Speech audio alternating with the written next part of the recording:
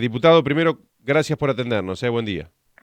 Buen día, Guille, un gusto, ¿eh? Buen día a toda la audiencia también. Bueno, hemos charlado hace algunas semanas cuando estaba terminando el conflicto policial sobre la mirada que hay de lo que está pasando e incluso recuerdo que abordamos un poco esto que ahora ustedes plasman de manera ordenada y obviamente muy desarrollada en un proyecto de ley concretamente. ¿Con qué con qué objetivo central se presenta el proyecto? Bien, bueno, primero decir que es un tema pendiente, muchas veces se intentó, nosotros presentamos en su momento allá por el año 2018 un proyecto, y ahora lo que hemos hecho es, teniendo en cuenta que el proyecto que presentamos, más una iniciativa que había presentado la exdiputada Matilde Herrera, presentar esta nueva iniciativa para Sí, obviamente abrir el debate, y me parece que también la oportunidad lo amerita, ¿no? Hay mucha negación a discutir de la política, sobre todo, a discutir la posibilidad de que los miembros de la fuerza policial tengan la posibilidad de agremiarse o tener actividad sindical. El fundamento, más que nada, tiene que ver con que el Estado le pide a estos trabajadores, primero que todas sus acciones estén de acuerdo o respetando, obviamente, los principios y las garantías constitucionales, ¿no? Y el respeto y la protección de los derechos humanos de las propias personas que ellos tienen que cuidar, que tienen que defender, que somos todos los ciudadanos. Sin embargo, a ellos se le vulneran garantías constitucionales como por ejemplo la posibilidad de manifestarse libremente. Entonces nosotros lo que estamos proponiendo es un paquete de medidas donde se le reconocen derechos que van mucho más allá de la sindicalización.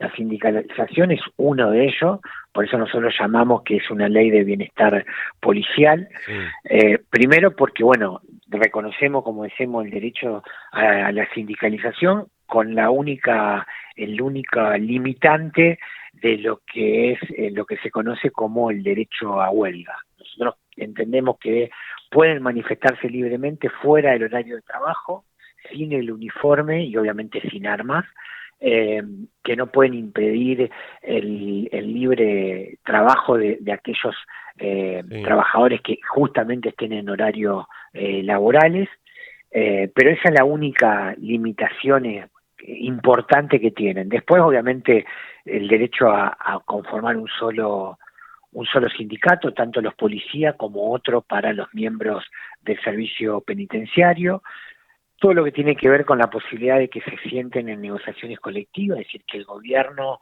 que sería la patronal en este caso, los convoque a las reuniones paritarias y que tengan Sí. su representante. A nosotros nos parece sumamente necesario, lo vimos en el último conflicto policial, donde no había interlocutor, por ahí apareció un abogado que era un ex policía, pero que al mismo tiempo algunos trabajadores que se estaban manifestando no lo reconocían, otros sí lo reconocían, después vimos que ese abogado en realidad había sido candidato de una agrupación política, fue todo bastante caótico en términos de que algunos decían que era el interlocutor y otros decían que no, pero es necesario también que el gobierno tenga la posibilidad de reconocer a los representantes de los trabajadores.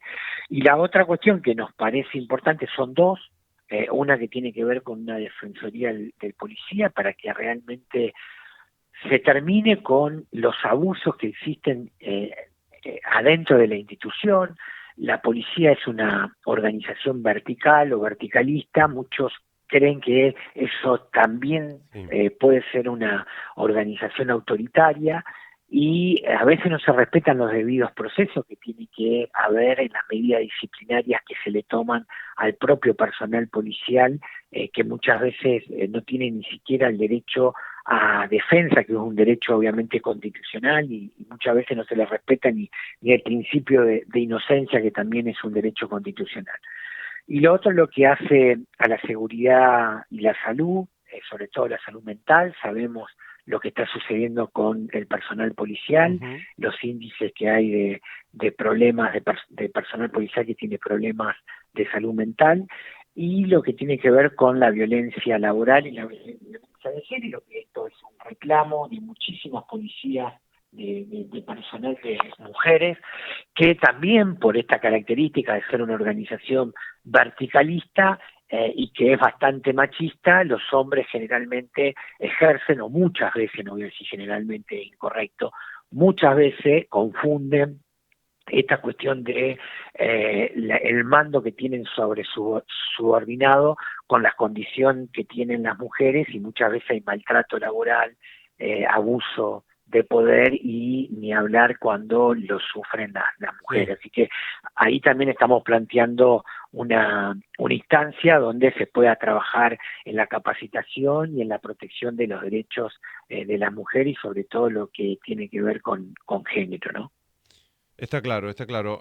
Ahora la pregunta es, ¿existirá el consenso necesario para avanzar con esto en la legislatura? No lo hubo en todos estos años, esperemos que haya. Yo, viste, hay también eh, muchos planteos que la verdad que a veces se repiten en el tiempo, qué sé yo. Algunos Sí. te dicen, en ningún lado existe la sindicalización. Mentira, en Uruguay existe el Sindicato Único de Policía, en España existe la Confederación Española de Policía. Todos tienen figuras similares con una limitante en lo que es el derecho a huelga, que lo tienen, no es que no lo tienen siempre y cuando no estén en horario, se puede manifestar siempre y cuando no estén en horario de trabajo.